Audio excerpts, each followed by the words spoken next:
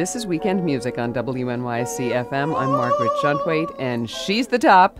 She is mink and lacquer, Madame Vera Galupe-Borszkh. Hello, my dear. Welcome, dear. Thank you. Madame, the holiday season's upon us, and that means lots of parties and family gatherings, and that one thing everyone will have lots and lots of. Yes. What? Well, it begins with an F. Fights, of course. You too? We always had our biggest and best fights at family gatherings. My dear, if Mike Bison lost his punching license biting the ear off Rodney Dangerfield, I can only imagine what they would have done to my sainted mother once she got loose in the ring with my Aunt Natasha. There was inevitably, by the soup course, a TKO, terrine knockout. Soup flying, matzo balls bouncing off the walls. No, Madame, not fights. Another F word. Oh, Margaret, not the F word. You mean maybe lots of fooling around, huh? Like the holiday is a honeymoon? No. Not a honeymoon. You mean they're not even married? No. Not that F word. Foreskin. The holiday is maybe a bris. Oh, my dear, don't make me watch or I will become another F word. Faint. No, not foreskin. Why are you making me say foreskin on the radio? I'm not making you say anything. You brought the whole thing up. Falsetto, a big F word in my profession. No, Madame. Flypaper, forensic medicine, frog's legs, fix it then. No, Madame. It's food. What's food? The F word. Ha! For some people's, maybe. They are so phobic. Another F word. About another F word. Fat. Or is that a PH word? No. Fat is definitely an F word. Yeah, of course. In our house, the family gatherings were very big because the family, another F word, if ever there was one, was so big. I was, one of 32 children. Oh, yeah. Yeah, it was amazing to me that my mother could have so many children, especially since she was a widow. Right. And at holiday time, she was always so busy cleaning, washing, preparing, drying everything out. Oh, my God, all that laundry. Laundry, I'm talking about the chicken. Oh. My mother could boil a chicken dry like nobody's beeswax. It was a crime that we had food so infrequently, and when we did, she got to cook it. My dear, my mother's chicken was a religious experience. No, but I thought you said it was dry. It was, but Margaret, at Passover, when you ate it, it was so dry that you felt like you was one of the Jews crossing the desert for 40 years. It was an epiphany. In fact, Mama was known in honor of her cooking as Florence of Arabia. My dear, most people's chicken soup is used to cure illness, not to cause it. But Mama was no average cook. Her matzo balls was something else. Well, they were actually good? No, I mean, they were something else. She called them matzo balls, but let me put the whole picture to you this way. Considering Mama's cooking, I was not in the least bit surprised to discover that the Last Supper was actually a Passover Seder. I had several near-death experiences myself at the mercy of her flanken. But those matzo balls, they took the cake. Well, actually, the cake took the cake. I kept telling her, you don't boil it, dear, you bake it. The matzo balls was lethal weapons both internally and externally. In fact, I remember once we was having a secret Seder. It was at that time dangerous to be worshiping God and to be Jewish, too. Oh, yeah. It was, how you say, double Hebrides. Mama was serving the matzo ball soup, plopping the matzo balls into her famous broth, a substance which bore an unfortunate resemblance to something the doctor might extract from you to make certain tests. Oh, It's true. Uncle Sal was having his soup. First, he could never wait. Well, the matzo balls were so hot that one flew out of her fingers and bounced out the kitchen window, hitting our neighbor Boris Plotkin on the head and knocking him unconscious. Well, we never liked him anyway.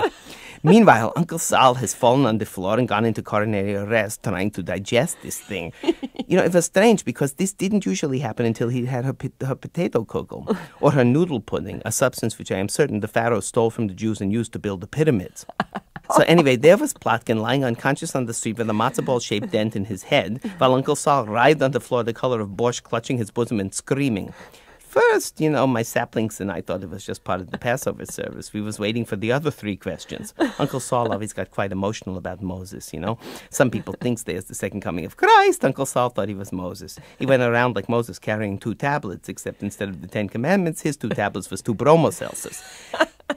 After all those years of religious perspiration, when Uncle Sal finally arrived, he created his own Jewish universe. Oh, really? Yeah. On Sunday nights, I would call him, and he'd always be in front of the television watching Ed Solomon. Ed Solomon? Yeah, especially if there was a lineup of guest stars like the pianist Van Kleinberg, the ventriloquist Edgar Berman, the June Talmud dancers, Dean Merkin and Jerry Lewis, Jimmy Delancey, Eartha Katz, Diana Rosen and the Supremes, and of course Elvis Pressman. But enough neuralgia. You must live in the present. Well, speaking of the present, considering your history of culinary punishment. What'll you be cooking this holiday season? All of Mama's recipes, of course. I miss them so. Oh, excuse me.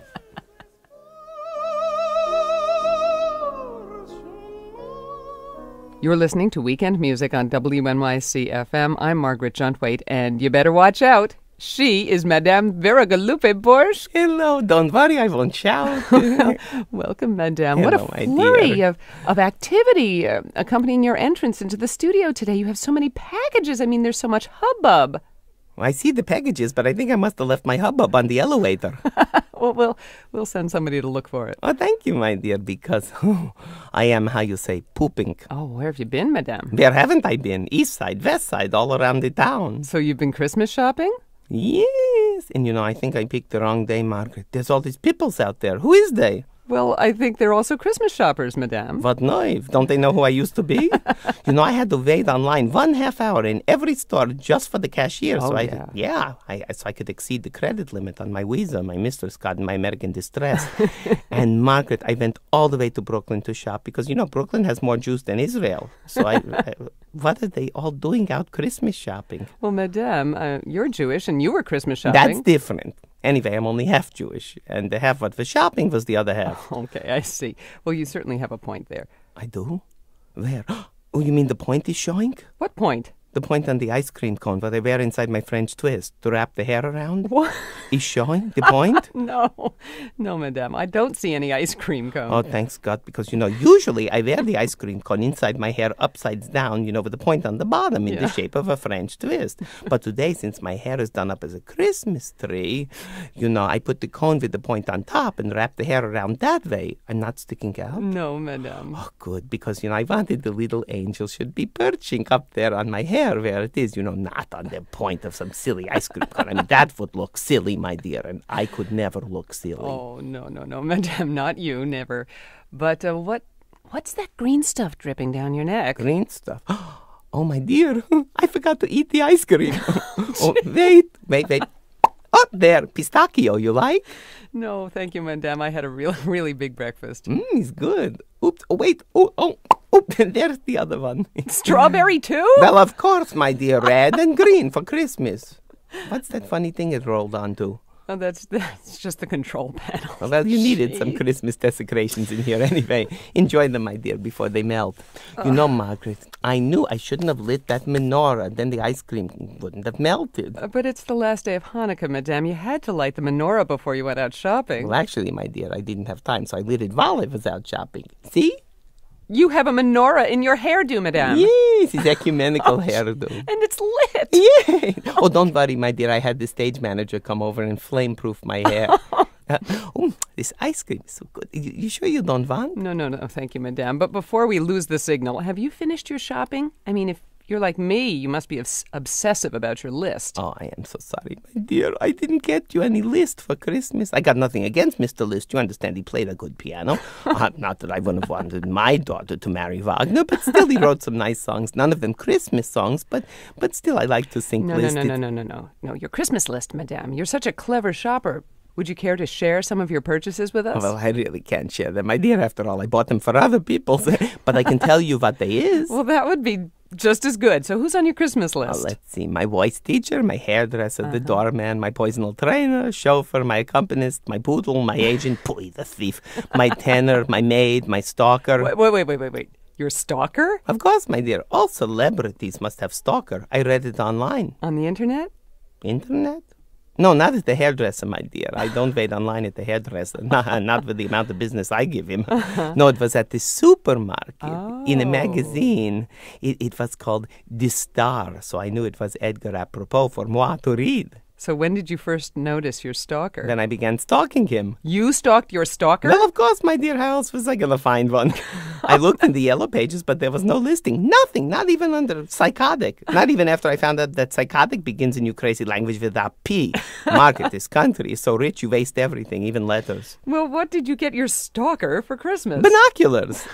Yeah, good one, so he can stalk me better. Margaret, 3 times I said to a friend recently, I think I'm being followed. We turned around. There was no one there. He'd lost me. It was humiliating. Well, I believe there was a voice teacher on your list. Now, I didn't realize, Madame, that at your age... at your level of expertise that you still studied. One can never be perfect, my dear, merely supreme. Of course, it took me a while to locate someone with enough experience. I met her when I went to visit a friend in Jamaica. Ah, Jamaica, how lovely. Well, it wasn't that lovely, but then I haven't been to that many nursing homes in Jamaica. Oh, Jamaica, Queens, right? Well, your voice teacher lives in a nursing home? Oh, not anymore. Since we met, she is revitalized and living and working at home. Oh, what a lovely story. Well, what'd you get her for Christmas, madame? A hearing aid. She's wanted one for a year. A hearing aid for your voice teacher? Yeah, she is, how you say, deaf as a stone guest. I figured after 6 years of working together, it was time she heard me. It would give her comments a certain validity. Well, what made you choose a deaf voice teacher? Margaret, the press is critical enough. That's why they call it the press. It's there to depress you. If I'm paying, I want compliments. Ah, you're a tenor. Now, what'd you get for him? A case of ginkgoba. It's that box over there. You know, he can take the ginkgoba for his mind, such as it isn't, and he can stand on the box to assume the height of a normal short person. And that one? It's for my next-door neighbor. She's got so many boyfriends. I heard someone in the elevator say, oh, she's probably got a turnstile in there. Well, I checked, and she doesn't, so I got her one. So what's that one there? That's yours, my dear. Oh, madame, you shouldn't have. I know, but I did. And now close your eyes. Oh, okay. Close your eyes. Okay, wait. Just let me... Okay, open your eyes. Oh, madame, it's a... madame, wait a minute, I don't see anything. Oh, yes, you do. No, I really don't. Wait a minute. How did you change your clothes so fast? Oh, my God, it isn't. It is. Here I am over here. Then that is... Yes, a life-size replica of me. Oh, gee. But you always saying how much you miss me during the week. Yeah. So now you has me all the time. Oh, good. I come with a variety of hairdos. And, pull that string. Okay. Hello, my dear. Hello, my dear. Hello, my dear. Oh, that is... Yes, it is. And push that button. Uh-huh. We wish you a Merry Christmas. We wish you a Merry Christmas. We wish you a Merry Christmas. And a Happy Hanukkah too. And a Happy New